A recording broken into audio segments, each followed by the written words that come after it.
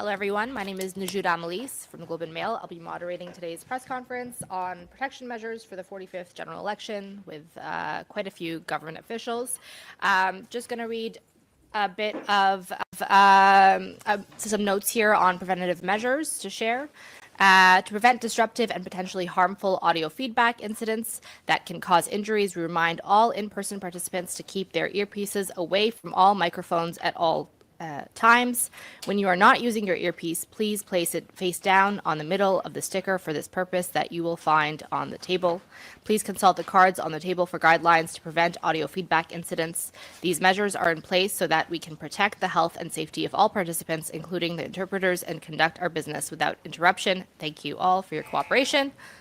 Okay, I don't know what that was. We have a few questions in, we're going to get about 20 minutes of remarks here, 2025, then equal time for questions. We're going to go in the room, then on Zoom. Please use the raise hand function if you'd like to ask a question. Over to you. Good morning. My name is Lori-Ann Kempton. I'm the Assistant Secretary to the Cabinet for Communications at the Privy Council Office. Today, I'm joined by Alan Sutherland, Assistant Secretary to the Cabinet for Machinery of Government and Democratic Institutions at the Privy Council Office, Vanessa Lloyd, Chair of the Security and Intelligence Threats to Election Task Force, Bridget Walsh, Associate Head, Canadian Centre for Cybersecurity, part of the Communications Security Establishment Canada, Larissa Galadza, Director General, Cyber, Critical Technology and Democratic Resilience Bureau at Global Affairs Canada. Les personnes suivantes se joignent à nous virtuellement.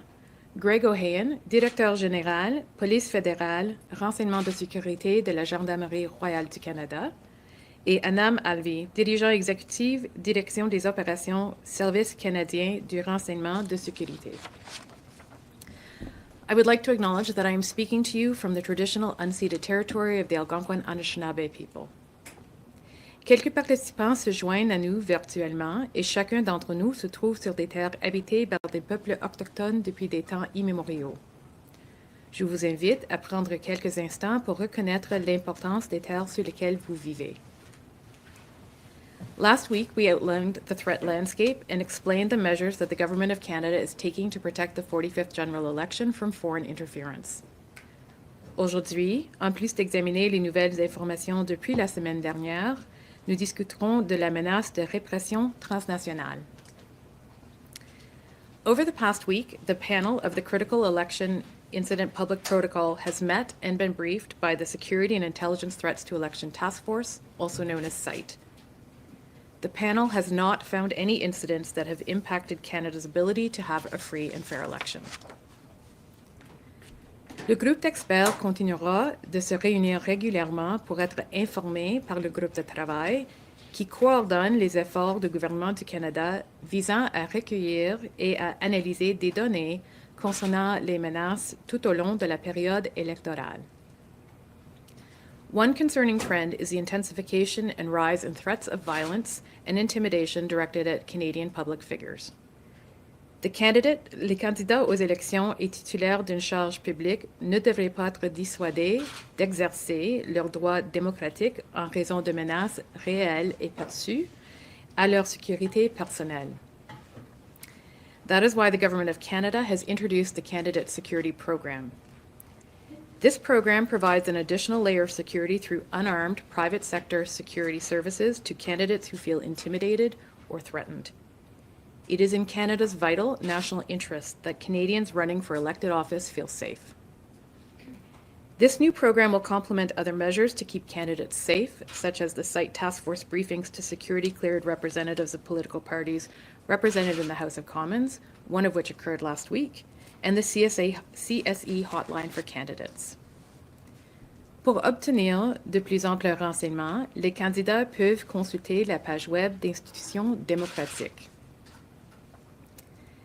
As part of its mandate, another area the SITE task force continues to monitor is transnational repression.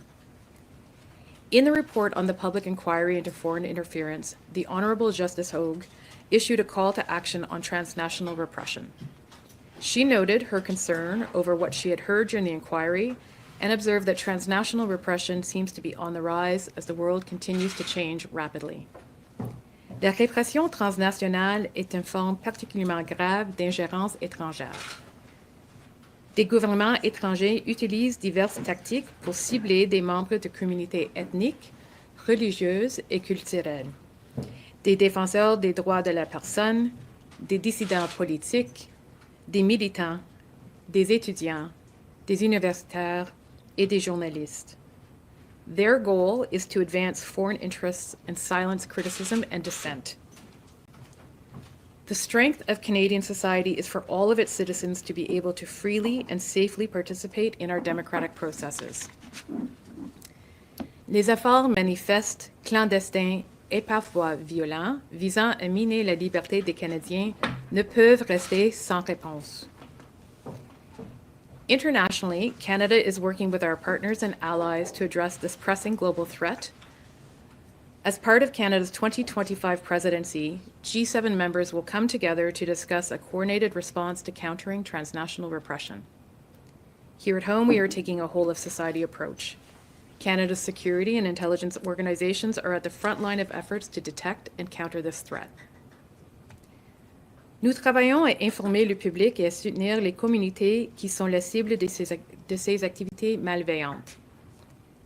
To all Canadians, if someone pressures you or threatens you to vote in a certain way, please remember two things. First, your vote is secret and secure. They will not be able to find out who you vote for. And second, it is an offense to threaten someone so that they change their vote. Si vous recevez ce genre de menaces ou faites l'objet d'une forme quelconque de répression transnationale, sachez que des mesures de soutien ont été mises en place pour vous aider. As soon as it is safe, write down details about the situation, such as the person, location, and the event. You can report incidents to local police in your area. You can also contact the RCMP National Security Information Network to report non-immediate threats. Vous pouvez obtenir de plus amples renseignements sur la page web d'Élections Canada. As I mentioned last week, the panel has a high threshold for intervention. As well, the panel does not monitor individual opinions or perspectives or perceived or public influence. Cependant, il demeure important d'examiner les développements dans l'environnement de l'information parce qu'un public informé et résilient constitue le meilleur moyen de lutter contre la désinformation. We are aware of fake news articles and online ads with sensational headlines about Canadian elections that are being linked to websites promoting financial fraud schemes. These fake news articles are being seen on several social media sites. Nous souhaitons rappeler aux Canadiens l'importance de se montrer vigilants et d'assurer leur cybersécurité lorsqu'ils consultent des contenus en ligne, y compris des informations relatives aux élections. Cybercriminals have become experts at leveraging timely events and using sophisticated techniques to trick people into sharing personal or financial information. This can lead to incidents like phishing scams. The best way for Canadians to protect themselves is to learn how to spot disinformation and scams like phishing. Le site web d'Institution démocratique du gouvernement du Canada propose plusieurs conseils et astuces pour repérer ce type de désinformation. Canadians can also get information and practical advice on how to avoid falling victim to these attempts on CSE's Get Cyber Safe website. Les Canadiens peuvent être assurés que nous avons mis en place des mécanismes efficaces pour détecter, prévenir, contrer et perturber l'ingérence étrangère. The panel will continue to meet regularly to be briefed by site. This will be done at least once a week or more often as required. We will continue to safeguard the integrity of this election for all Canadians. Nous continuerons également de communiquer de l'information à jour aux médias. Thanks to the efforts of civil society groups, the media, academia, and government departments and agencies, Canadians understand the threats posed by foreign interference to our democratic institutions and processes. I would now like to pass the floor to my colleague Larissa Galadza, who will provide further information on digital transnational repression. Merci.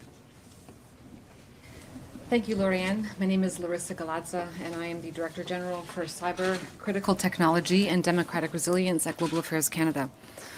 One of my responsibilities is overseeing Rapid Response Mechanism Canada, or RRM Canada, which is Global Affairs representative on the Security and Intelligence Threat to Elections Task Force. RRM Canada was established in 2018 as part of Canada's G7 presidency at the time to counter foreign threats to democracies. This includes digital transnational depression, and I'll be talking to you about that today. The RRM's data analysts use open source data and research methods to monitor the global digital information ecosystem for foreign-backed information operations. Let me first describe transnational repression, or TNR, before moving on to its digital form.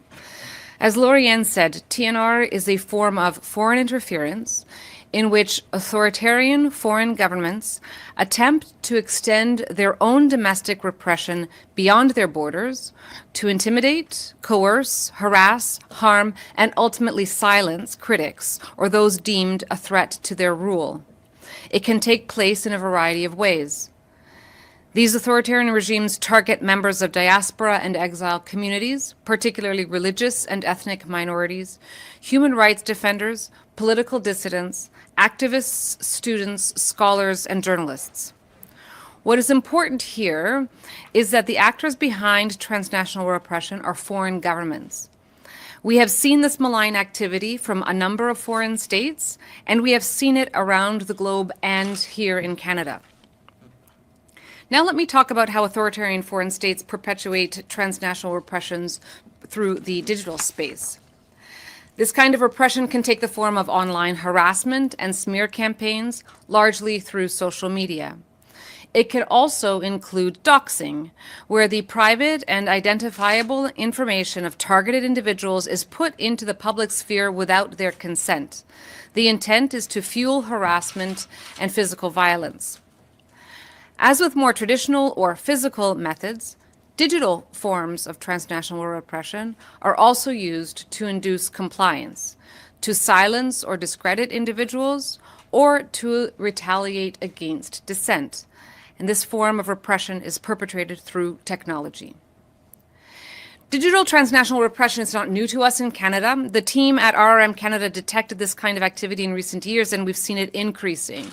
In 2023, we informed the public about a targeted online information operation known as spamouflage.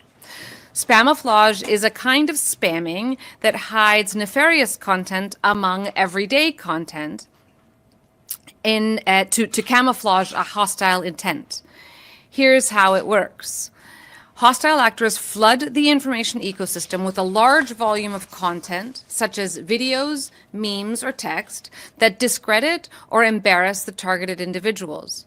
This content is then amplified inauthentically by hijacked or faked accounts, also known as bots, which make this content more visible on social media platforms with the hopes that it will be further shared and engaged with. The operation in 2023 leveraged social media accounts for dozens of members of parliament from across the political spectrum and across Canada to make the content visible. Spam comments claimed that a critic of the Chinese Communist Party in Canada had accused the various members of parliament of criminal and ethical violations. RRM Canada assessed that the likely goal of this operation was, at least in part, to silence criticism of the Chinese Communist Party, to incentivize members of parliament to distance themselves from the critic, discrediting and discouraging wider online communities from engaging with them. RRM Canada also informed the public earlier this month of a new spamouflage operation, which has targeted several individuals in Canada. This new operation employs various tactics to intimidate, belittle, and harass individuals in Canada who are critical of the People's Republic of China. It includes the use of generative AI to doctor existing online content and then amplify it as a way to dox the targeted individuals. This is also the first known instance where the RRM detected spamouflage using sexually explicit deepfake photos to target an individual in Canada. When we see this activity, we take several steps to try and stop it. First off, We work with the National Counter Foreign Interference Coordinator at Public Safety Canada to alert targeted individuals so that they can take the steps necessary to protect themselves. The coordinator also proactively engages with communities and other affected individuals who are at risk of digital TNR. We also alert social media platforms where potentially harmful content about this individual is proliferating and where it may violate their terms and conditions. Decisions about what to do with this content is up to these individual social media platforms. We conduct diplomatic démarches to share relevant information and request that foreign states stop their malign activity. We may also engage other site members as needed, including law enforcement, to take appropriate action. And, of course, we continue to monitor incidents to understand how they are evolving in real time so that we can evolve our response. There are also steps that Canadians who feel they are vulnerable to digital TNR can take to protect themselves. First, they can do things to protect themselves online. Use strong and unique passwords. Carefully examine emails or text messages and think twice before opening an attachment or clicking on a link. Avoid using public Wi-Fi networks or Bluetooth, and avoid oversharing personal information online. Second, anyone in Canada who feels they are being targeted can go to police or to CSIS, say they believe the activity against them is transnational repression, and share the information they have. And of course, if someone is in immediate danger, they should call 911. RRM Canada is committed to protecting the integrity of these elections for Canadians and to keeping Canadians informed. Okay, we will pass on to the question period. I'll start in the room. A reminder for those on Zoom, please use the raise hand function if you have a question. I will start with Emily Hawes from the Globe and Mail. Hi, thank you for taking your questions. I was just wondering, the social media companies had reached out to Elections Canada, had written back these letters saying, kind of outlining their policies for the election, including their content kind of moderation policies around the election integrity and things like community notes for X. What do you make of the responses of those letters? And do you think, they are doing enough to guard against, I guess, foreign interference and mis and disinformation? Maybe Al, I'll turn to you on that one. Yeah, so not being specifically familiar with the letters that you just outlined, it's very true that the social media platforms have an ongoing relationship with Elections Canada that focuses on issues related to the administration of the election. One of the things that the social media companies do, many of them, that I think is actually quite beneficial is they post good information, squeeze out some of the bad information that is on their platforms as relates to things like when is the election, how do you vote, issues related to that. So those are ongoing relationships. I think for the specifics of your question, I think you'd need to engage with Elections Canada.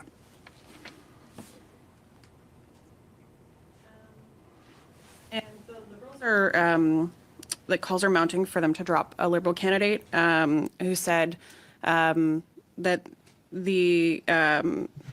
like a Conservative candidate who, the idea of, he said he was joking and that the Conservative candidate should be turned into the Chinese consulate. He's a Hong Kong dissident.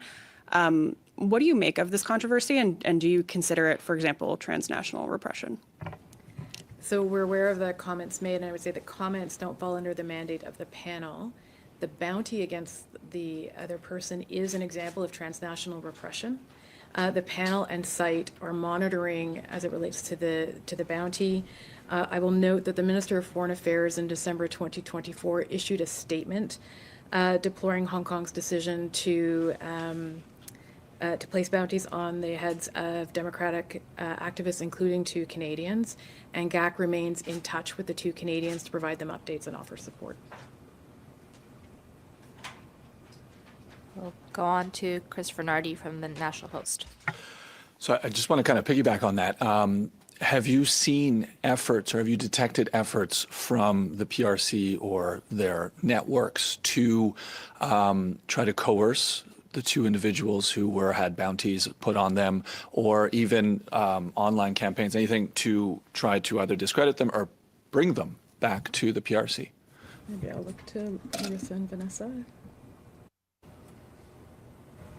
What we saw was the content that was the news of the bounty was sort of re-upped, but we're just watching the open space for anything related to that. So that alone, I think, is a form of coercion. Spreading again the information about the bounty is precisely how malign foreign states seek to silence, harass, and coerce.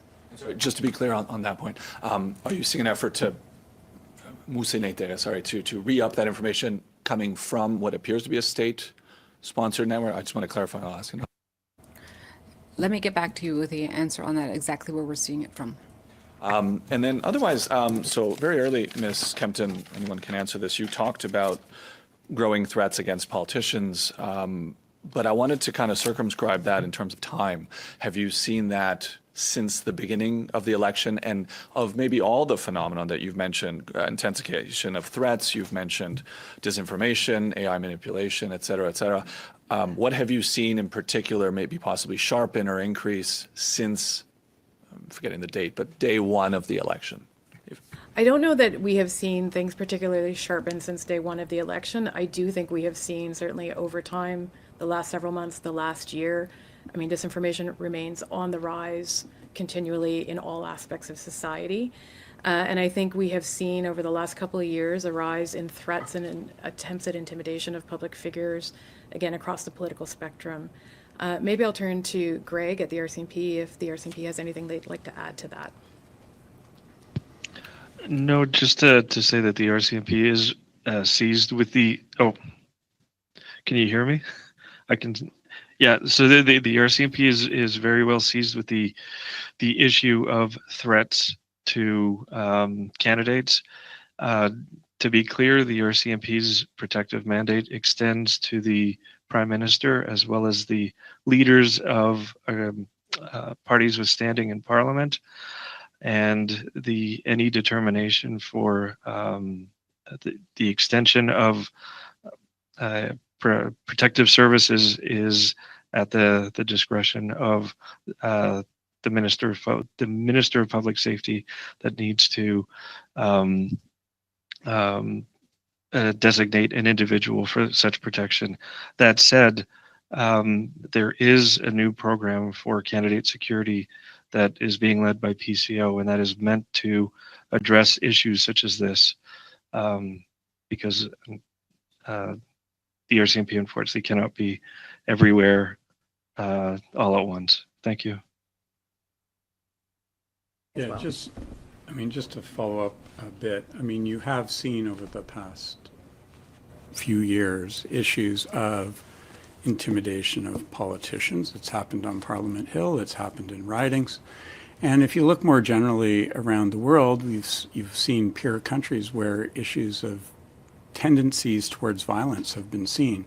So it's with that in mind that the efforts of the RCMP are applied to, as Greg mentioned, to ministers and leaders of officially recognized parties. And the candidate security program is an additional layer of support that's being provided to candidates of all parties.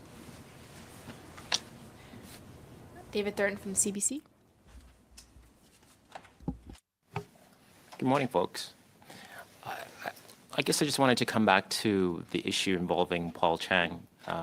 Ms. Kempton, you said that it's not in your purview, but is CITE at least concerned by those comments? And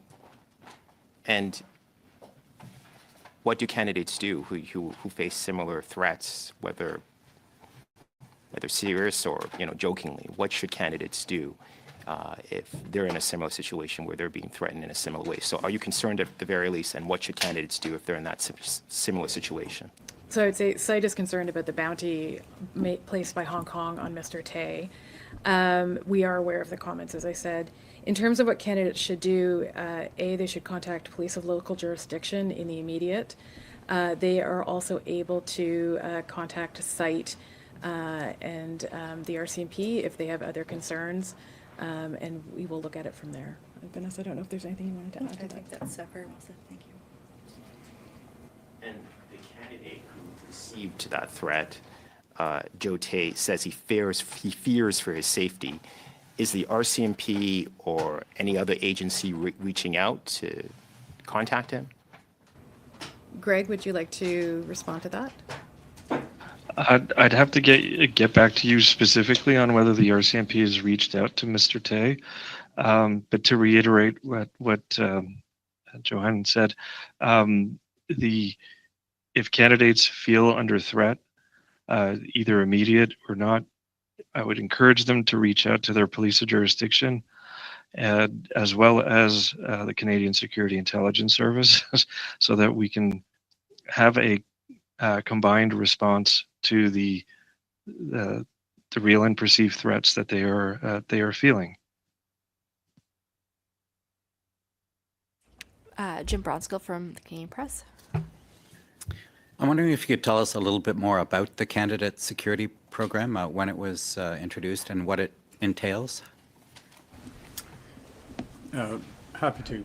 The Candidate Security Program is a new program that's been developed this year to help support candidates of all parties, both recognized and not recognized, if they feel a threat to their safety. It's intended to provide support for such things like campaign events and also should they feel a personal threat. It should be noted that it's part of a layered approach. I mean, Greg quite correctly noted that if a candidate feels their safety is threatened, reaching out to the police of local jurisdiction should be part of what they do. In addition to that, Elections Canada provides support for things like security alarms in constituency offices. And so what this does is it's just an extra layer of support in addition to, as Greg mentioned before, existing supports directly for, party leaders and ministers. And maybe if I can interject as well too, beyond the sort of physical nature of the threat that candidates may experience, we also recognize that there can be an online component to this as well. So it's one of the reasons that within the Cyber Center at CSC, we have a hotline available that candidates can contact 24/7 should they experience any cyber threats online. The Prime Minister indicated today he had recently received a national security briefing in the last day or so, which is perhaps not surprising. I'm wondering if, to what extent you can talk about this, or whether it's within your ambit, whether the opposition leaders have been receiving similar briefings during the electoral writ period. Well, I can speak to a portion of it, which is that last week, political parties received a security briefing of the threats at the classified level. These are the cleared party representatives of each of the parties. So that briefing took place late last week. Okay, I'm looking here at Zoom. I don't see any raised hands. Another chance if anyone has a question. Okay.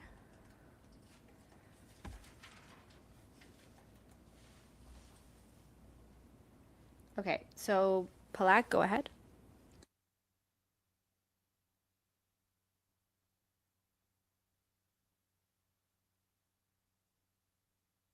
Hi, can you hear me okay? Yep. Hi, Mr. Tay said that he's been in touch with the RCMP, but do we know if he's taken advantage of the candidate security program? Is that something that maybe Lori, you can speak to?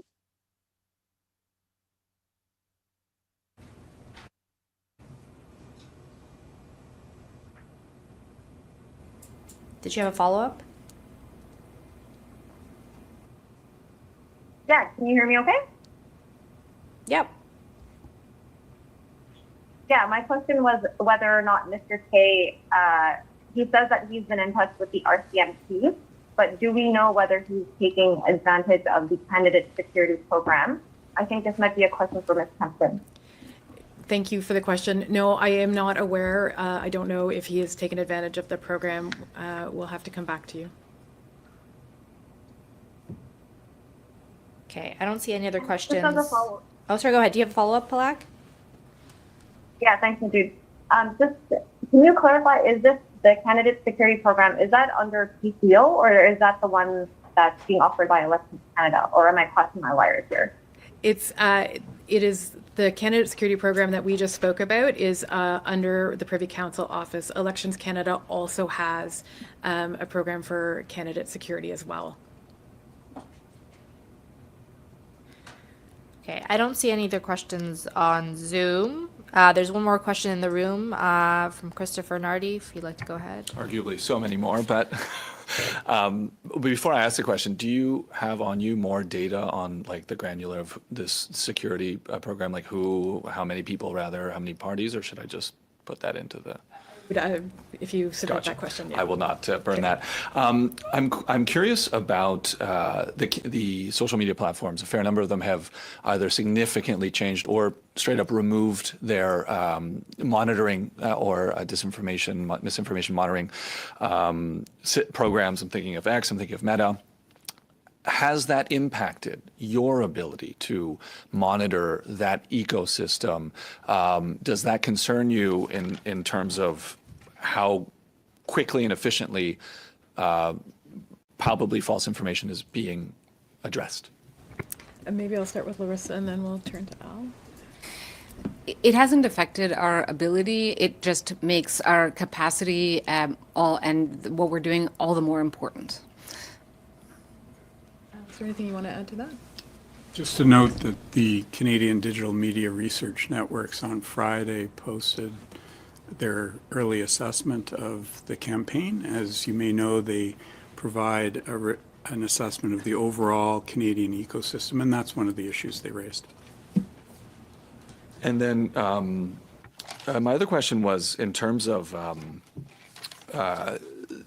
disinformation campaigns that you may or may not have spotted. Has SITE or any government entity asked the platforms to combat or remove any particular networks or campaigns, or since in the last few weeks, even in the pre-writ period, any networks? I saw TikTok, for example, said they'd taken one down back in January, but it was a small one. Have you guys made any similar requests, and was that followed up on? Or Start, Bridget. I don't know if you have anything. Sure, absolutely. So when we look at the situation of mis and disinformation, we look at it pretty holistically along with our colleagues in SITE. In the SITE construct, it's very much looking at whether or not there are links to foreign interference. And so one way we do that is through our entire mandate within the communication security establishment. So looking at using our intelligence mandate, signals intelligence, to determine if there are foreign links. So that's one aspect of what we do in understanding where mis and disinformation is coming from and attributing it. Separately from that, we do a lot of work to understand how mis and disinformation is propagated online and the tools and techniques used by the cyber threat actors to do that. And we have spent some time in the last couple of years analyzing a lot of those threats. We don't necessarily go directly to the platforms to address those specific issues, but do have discussions with the platforms about the threats that we do see. And so have shared with platforms the concerns that we have in the use of artificial intelligence techniques, for example, both to generate and promote mis and disinformation. RRM Canada has a standard practice of engaging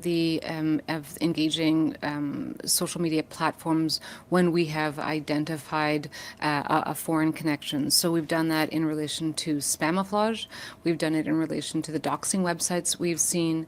We did it in relation to the work we did with SITE during the Liberal Party of Canada leadership campaign, and we have done it in relation to this issue of the bounties. I will do a last call for questions. Oh, there's a question online from Riddhi Kachella from the Hill Times. Please go ahead. Hi, can you hear me? Yep. Great. I mean, you might have already answered a part of it, but I wanted to specifically ask you about TikTok, since you mentioned threats from the PRC, and in the past we've heard about, how TikTok could kind of be linked to the Chinese government and administration. Is there any concerns about content being like political content on TikTok and how it's influencing people regarding the elections? Thank you. Bridget? Maybe I'll just say, as I had just mentioned, we do look at the content of understanding what a particular mis and disinformation issue may be. So we, within the communications security establishment, don't monitor what we see online. So our colleagues, for example, at the GAC-RRM, do monitor for mis and disinformation. But when it comes to particular issues of mis and disinformation and understanding who may be behind a particular campaign, we can and do use our foreign intelligence mandate to inform those connections. And I would say that we see the campaigns across all the platforms, and from the RRM perspective, we don't treat one platform any different from another, and often actually we monitor for cross-platform operations as well. Got it. Thank you. Final question, anybody? Any last call? Emily? You've talked about engaging the social media platforms. Are you satisfied with how they are dealing with your concerns? Al, would you like to go first? So we're pleased that they're engaging with us. That engagement occurs bilaterally and also in a multilateral group. So we're pleased with that part of the engagement. I think it's important to say that the Government of Canada does not provide instruction to social media platforms. Instead, what we do, and I think Brigitte mentioned it quite properly, is what's provided is a sharing of information. It's more like a clearinghouse. And what we do is we encourage them to enforce their community standards. Vanessa, is there anything you'd like to add to that? No, or- that's exactly correct. Okay, Vanessa? I would, I think it's really important to remember that countering disinformation is a whole of society effort. So the questions are focused on what we're expecting social media platforms to do. But Al mentioned earlier that there are other think tanks and enterprises that are looking at this ecosystem. And I would encourage Canadians to also think of themselves as being active participants in there. So if there are concerns from various communities or individuals about information that is perceived to be disinformation, we encourage you to go to the Democratic Institutions website, look at the tools there that are prepared to help you engage with that information. And if you have your own concerns specific to the ability to proceed with this democratic process that are elections, report to the social media platforms. And if you have concerns about specific instances that could be foreign interference, please encourage you to report to site in that regard so we can continue our monitoring effectively. And maybe if I can add to that too, on that theme of encouraging resiliency and the ability to recognize and understand what may be mis and disinformation. As I mentioned before, one of the issues that we've seen in the past couple of years is the increased use of artificial intelligence, both to generate and spread mis and disinformation. We have recently published a document, Threats to Democratic Process 2025, that outlines those threats and concerns. Encourage everyone to read through the document. Understanding those threats is an important part of being resilient. Hey, Chris. I just want to come back to what Ms. Galadza said earlier. You mentioned RRM engages with the platform. You mentioned a number of examples, including not just the spamouflage, but the bounty program. When you say you've engaged with them, what does that mean? Have you asked them, for example, to take down content? As Al explained, we don't ask them to do anything other than uphold their own rules. And so when we call them, it's to share with them what we're seeing and flag that we think this might be something you want to measure up against your own policies. And they take that away and they make their own decisions. The challenge with this information, once it lives in the digital ecosystem, is that it can reemerge. It has spread in ways that we don't necessarily see until it reemerges again. So we engage those social media platforms as soon as we can, but there's no guarantee that even if they take as much action as they possibly can, that the information hasn't already spread. And that's why we will go back to them again and again. When we have something to share, we will engage the social media platforms. And I just want to underscore what my colleagues have said, that by sharing the information about how digital transnational repression, for instance, is operationalized by a hostile actor using technology, leveraging potentially even your social media accounts.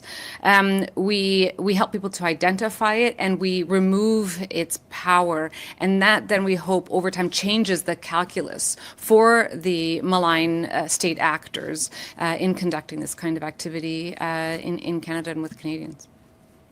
And have you found that social media platforms have been cooperative with, say, you go to X and say, we think this breaks your terms of use.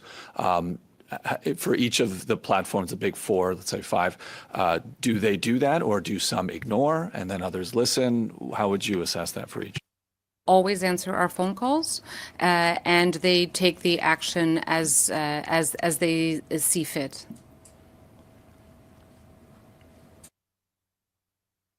I think this concludes the press conference. Thank you very much, everybody.